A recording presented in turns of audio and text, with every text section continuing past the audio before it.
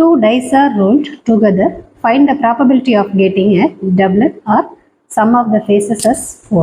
இரண்டு பகடைகள் ஒரே நேரத்தில் உருட்டப்படும் பொழுது இரண்டிலும் ஒரே முகம் அல்லது கூடுதல் 4 கிடைக்க நிகழ்தகவு காண்க.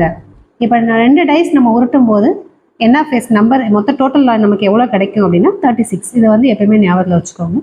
இந்த 2 டைஸ் விழுவும்போது இதெல்லாம் பாசிபிலிட்டி 1 இருக்கலாம் 1 2 இருக்கலாம். இதான் நமக்கு பாசிபிலிட்டி. இது மொத்தமாக கவுண்ட் பண்ணால் நமக்கு 36.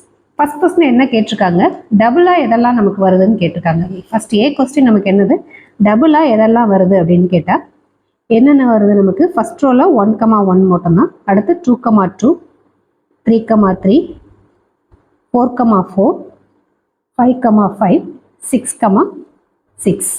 ஆக்சுவலாக அதை எழுத நமக்கு தேவையில்லை, 6ன்னு டேரெக்டாக எழுதிட்டு போயிடலாம். அப்போ ஏ வந்து எவ்வளோ இருக்குது நமக்கு 6 அப்படின்னு இருக்குது. அதாவது என் ஆஃப் ஏன்னு எழுதும்.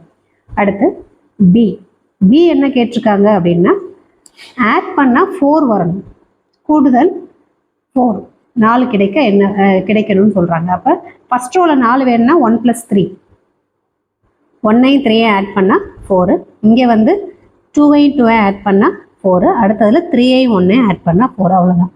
அப்போ பி வந்து நமக்கு எவ்வளோ இருக்குது அப்படின்னா பியோட வேல்யூ எவ்வளோ நமக்கு எண்ட் ஆஃப் பி எவ்வளோ 3. இப்போ இது ரெண்டுலையுமே காமனாக நமக்கு என்ன கேட்டிருக்காங்க, சான்சஸ். ரெண்டுமே சான்சஸ் என்ன இருக்குன்னு கேட்குறாங்க. அப்போ ஏ மட்டும் கேட்டாங்கன்னா என்ன எழுதிடலாம் நம்ம, ஏ மட்டும் கேட்குறாங்க அப்படின்னா ஏவை எப்படி எழுதலாம், 6/36. ஏன்னா 6 டோட்டல் நம்பர் 36. பி மட்டும் கேட்குறாங்க அப்படின்னா 3/36. இது ரெண்டையும் கேன்சல் பண்ணி எழுதிடலாம். இப்போ நமக்கு ரெண்டையும் சேர்த்து காமனாக அதோட சான்சஸ் கேட்டிருக்காங்க. அப்போ என்ன செய்யணும் அப்படின்னா ஏ இன்டர்செக்ஷன் பி, ஓகே, அது எவ்வளோ அப்படின்னு பார்க்கணும். ஏ இன்டர்செக்ஷன் பின்னா ரெண்டுலேயும் காமனாக எத்தனை நம்பர்ஸ் இருக்குது, இது 1 மட்டும் தான் காமனாக இருக்குது.